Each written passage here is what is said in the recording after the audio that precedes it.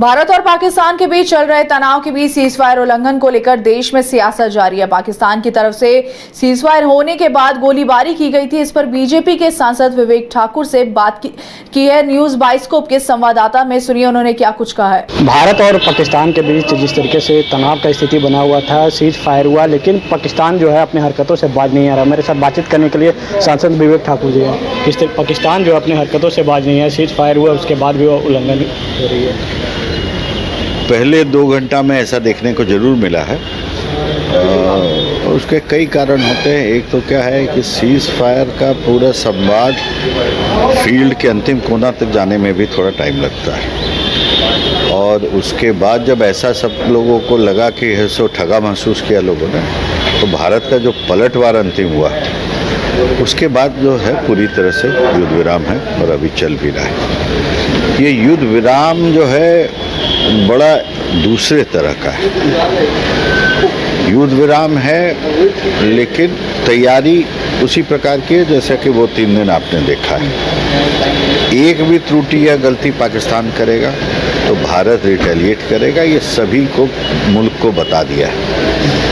कोई भी उग्रवादी अगर प्रयास हुआ इस तरह का तो उसको एक्ट ऑफ वॉर, लड़ाई के रूप में ही लेगा भारत। ये बड़े स्पष्ट रूप से कह दिया। आज बातचीत होने का जो एक खाका खिंचाना था उसमें प्रथम दृष्टया एक चीज बात कर दिया है कि भारत ने कि पाकिस्तान ऑक्युपाइड कश्मीर से ही संबंधित बात आरंभ हो। जल संधि की बात है तो वो जो निर्णय था वो बरकरार है। निर्णय बरकरार है, बिल्कुल बरकरार है और बरकरार रहेगा, क्योंकि ऐसे भी पहले से भारत दे रहा है कि आवेदन दिया हुआ है जो विश्व बैंक में कि काफ़ी दिनों से ये जो है एक भारत और पाकिस्तान के बीच तनाव के बीच विपक्ष के नेताओं ने विशेष सत्र बुलाने की मांग की है, जिसको लेकर बिहार बीजेपी के प्रदेश अध्यक्ष डॉक्टर दिलीप जायसवाल ने कहा कि विपक्ष हर चीज में राजनीति करे, यह उचित नहीं है। इतना बड़ा आतंकियों के ठिकानों को ध्वस्त किया गया है और भारतीय सेना की सर्वदलीय बैठक बुलाकर भारतीय सेना का हौसला अफजाई करने का काम किया गया। इसके लिए मोदी जी को बहुत धन्यवाद है। विपक्ष शायद भूल रहा है कि आने वाले समय में सत्र आ रही है। प्रत्येक जून जुलाई में तो सत्र होता है। जून में जब सत्र होगी उस समय सारी बातों की जानकारी दी जाएगी। देखिए है क्या, विपक्ष हर चीज में राजनीति करे ये उचित नहीं है। इतना बड़ा आतंकियों के ठिकानों को, 9 आतंकियों के ठिकाने को ध्वस्त किया गया और भारतीय सेना सर्वदलीय बैठक बुला करके भारतीय सेना के हौसला अफजाई करने का काम इस देश ने किया है। इसलिए सरकार को अपना काम, जो काम ईमानदारी से माननीय मोदी जी के नेतृत्व में हो रहा है और जिस तरह से हमने 9 आतंकियों के ठिकाने को नस्ताबूद करने का काम किया, इसके लिए मोदी जी को बहुत धन्यवाद है।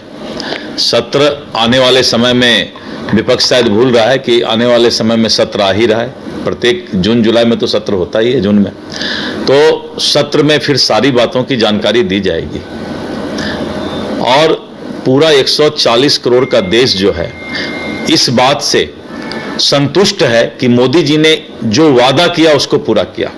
मोदी जी ने कहा कि धरती के नीचे हो चाहे आसमान में हो, आतंकी जहां होगा हम उसको खोज करके उसको सजा देंगे।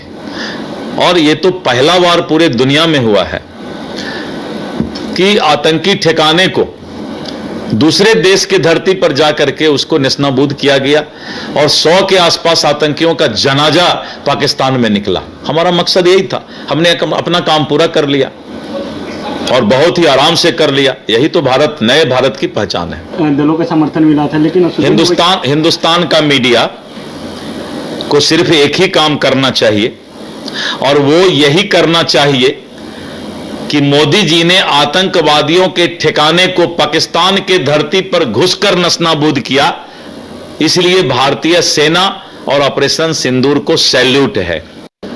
देखिए है क्या, विपक्ष हर चीज में राजनीति करे ये उचित नहीं है। इतना बड़ा आतंकियों के ठिकानों को 9 आतंकियों के ठिकाने